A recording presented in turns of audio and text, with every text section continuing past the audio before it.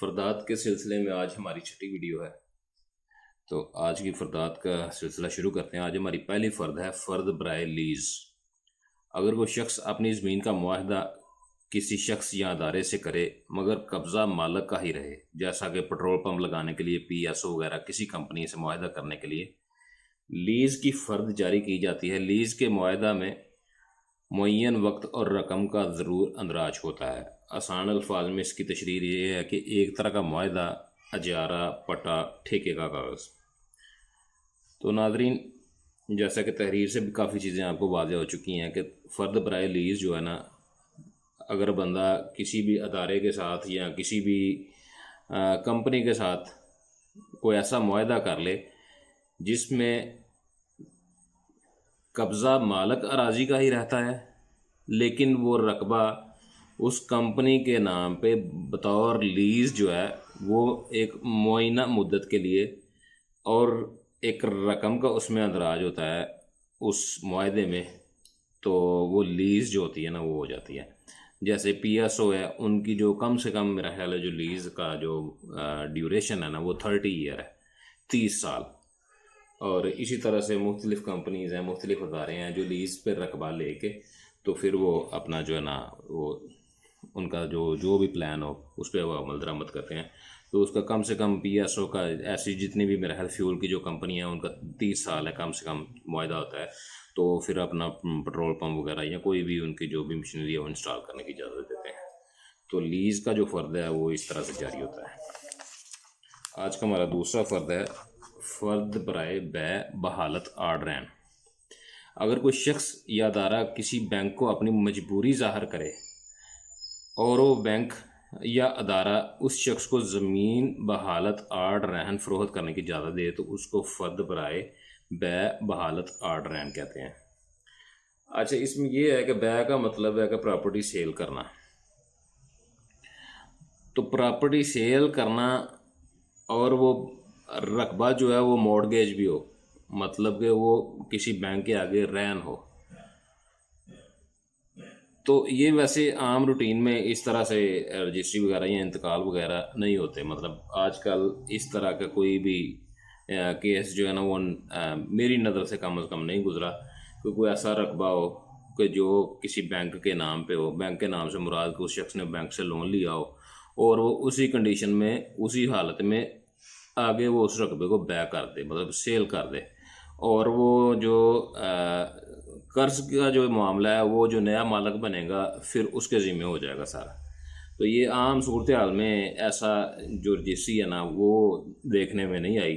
और कम अज़ कम मैंने अपनी जो जितनी मेरी प्रैक्टिस है, जितना मैंने देखा है, मैंने ये वाली रजिस्ट्री मैंने नहीं देखी।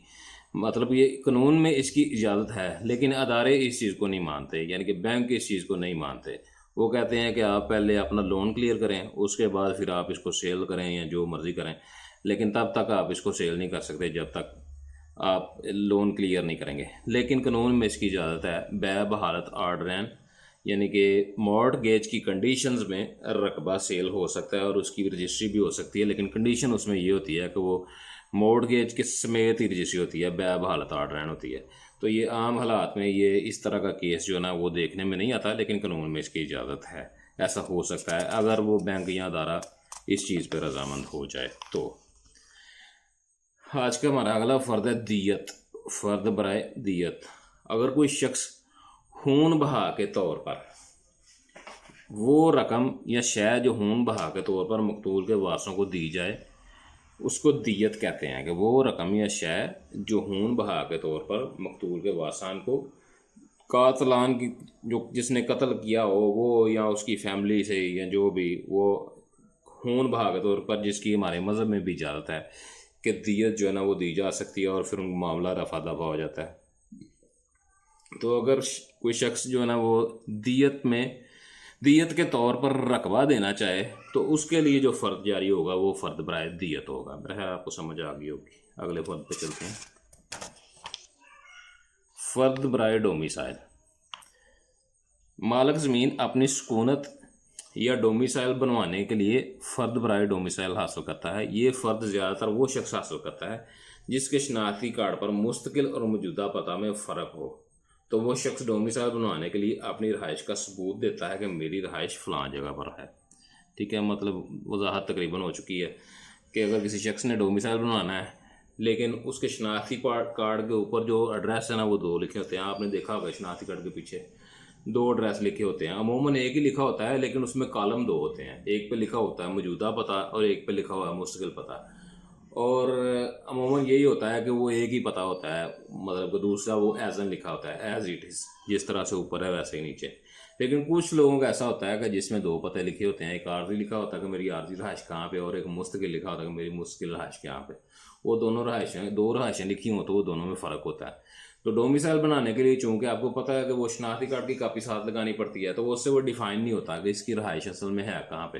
ठीक है, मुस्तकिल भी है, आर्जी भी है, तो वो फिर साथ में फ़र्द लगाना पड़ता है कि मैं मुस्तकिल रहाइश मेरी ये है, या यहाँ पे मेरा रकबा है, यहाँ पे मेरा रहन सहन है, और ये मेरी रहाइश का जो है ना वो तस्दीक है, तो मेरा डोमिसाइल इस एड्रेस का बनना चाहिए। तो इस तरह से वो फ़र्द बाय डोमिसाइल जारी होता है। आ गया जी फ़र्द बराए शनाख्ती कार्ड। मालक ज़मीन अपनी शनाख्त ज़ाहिर करने के लिए फ़र्द बनाए शनाख्ती कार्ड हासिल करता है। मालक ज़मीन अपनी रहाइश को ज़ाहिर करता है कि फ़लाँ जगह मेरे कब्ज़े में है। ये फ़र्द ज़्यादातर वो शख्स हासिल करते हैं जिन लोगों का रहायशी पता एक से ज़्यादा एड्रेस पर मुश्तमिल होता है। सेम वही बात जो आपको मैंने पहले बताई है कि फ़र्द बराए डोमिसाइल के लिए, इसी तरह फ़र्द बनाए शनाख्ती कार्ड, इसकी ज़रूरत अमूमन नहीं पड़ती। मतलब वो आम जिस तरह से आपका वालदैन का बना होता है, आपका वो बेफाम बना होता है, तो उससे आगे आप शनाख्ती कार्ड बनता है, तो उसमें अमूमन फ़र्द बराए शनाख्ती कार्ड की ज़रूरत नहीं पड़ती। लेकिन कहीं पे कोई 0.11% पे कोई ऐसा केस आ जाता है जिसमें ज़रूरत पड़ जाती है कि वो बंदा अपनी प्रॉपर्टी को ज़ाहिर करे, ताकि वो उसका एड्रेस जो है ना वो सही तरह से डिफ़ाइन हो जाए कि हाँ वाकई इसकी रहाइश यहीं पे है और ये बंदा यहीं का रहने वाला है, तो वहाँ पे फ़र्द बराए शनाख्ती कार्ड की ज़रूरत पड़ जाती है। अब अगला हमारा फ़र्द है जी फ़र्द बराए पानी, फ़र्द बराए बिजली, फ़र्द बराए सुई गैस कनेक्शन। ये तीनों अलग-अलग फ़र्द होते हैं, लेकिन चूँकि इनकी हैयत, इनकी हसीयत एक जैसी होती है, तो इसलिए ये इकट्ठे डिफ़ाइन कर दिए गए हैं। मालक अराजी या कोई अदारा किसी भी किस्म का कनेक्शन पानी, बिजली या सुई गैस लगवाने के लिए फ़र्द बराए पानी, बिजली, सुई गैस मुतल्लिका अदारे को देने के लिए हासिल करता है। मतलब कि जहाँ पे आपने पानी का कनेक्शन लगवाना है, या जहाँ पे आपने बिजली का कनेक्शन लगवाना है, या जहाँ पे आपने सुई गैस का कनेक्शन लगवाना है, तो इससे ये साबित हुआ कि वो रहाइश है, या कोई भी आपके काम करने वाली जगह है, कोई कारखाना है, या कि वो दुकान है जहाँ पे आपको बिजली का मीटर चाहिए। तो उसके लिए वो फिर साबित करना पड़ता है कि ये कनेक्शन मैं अपनी प्रॉपर्टी में ही लगवा रहा हूँ। तो वो फिर वही उस चीज़ को ज़ाहिर करने के लिए अपनी प्रॉपर्टी का फ़र्द जो है मालक राज़ी है वो अपनी प्रॉपर्टी का फ़र्द लेता है, और ऊपर फिर लिखवा लेता है कि मुझे इस मकसद के लिए फ़र्द चाहिए, चाहे वो पानी के लिए हो, बिजली के लिए, सुई गैस के लिए, जिस किसी चीज़ का उसने कनेक्शन लगाना हो, ये फ़र्द लाजमी है। अगर आपने अपनी प्रॉपर्टी में कहीं पे भी पानी, बिजली, सुई गैस का फ़र्द कनेक्शन लगवाना है, तो ये फ़र्द 100% चाहिए, ये फ़र्द आपको लेना ही पड़ेगा। और कुछ जगह ऐसी होती हैं जो लाल लकीर के अंदर होती हैं। अब लाल लकीर क्या है वो भी मैं आपको इंशाल्लाह, वो एक मुकम्मल उसके लिए एक वीडियो चाहिए, वो भी इंशाल्लाह जब हमारा सीरीज़ का एक सिलसिला चलेगा मसावी के ऊपर, जब मैं वीडियो बनाऊंगा जिसको शजरा पारचा भी कहते हैं, तो उसमें मैं आपको बताऊंगा कि लाल लकीर क्या होती है। तो लाल लकीर के अंदर जो रकबे होते हैं वो उनकी सिर्फ रजिस्ट्री होती है, उनका इंतकाल वगैरह नहीं होता, और फ़र्द हमेशा उस रकबे की मिलती है जिसका इंतकाल का अंदराज हो हल्का पटवारी के पास। तो जिस रकबे का हल्का पटवारी के पास अंदराज नहीं है वहाँ पर सिर्फ रजिस्ट्री होती है, और वहाँ पे आपको किसी किस्म का कनेक्शन वगैरह लगवाना पड़े तो उसके लिए फिर आपको रजिस्ट्री की कापी लगानी पड़ती है, फिर वहाँ पे फ़र्द की ज़रूरत नहीं पड़ती। अगला हमारा फ़र्द है फ़र्द बराए पेट्रोल पंप। मालक राज़ी अपनी ज़मीन पर पेट्रोल पंप लगवाने के लिए फ़र्द हासिल करता है। सिंपल वही चीज़ है कि किसी भी इदारे से आपने किसी भी इदारे के साथ आपने कोई बिज़नेस करना है, कोई कारोबार करना है, तो फिर पेट्रोल पंप का फॉर एग्जांपल पेट्रोल पंप ही लगाना है, तो उस कंपनी को आपकी मलकियत का फ़र्द चाहिए होता है, क्योंकि पेट्रोल पंप लगाने के लिए वो हम पहले फ़र्द डिस्कस कर चुके हैं कि जिसमें लीज़ के लिए चाहिए होता है फ़र्द।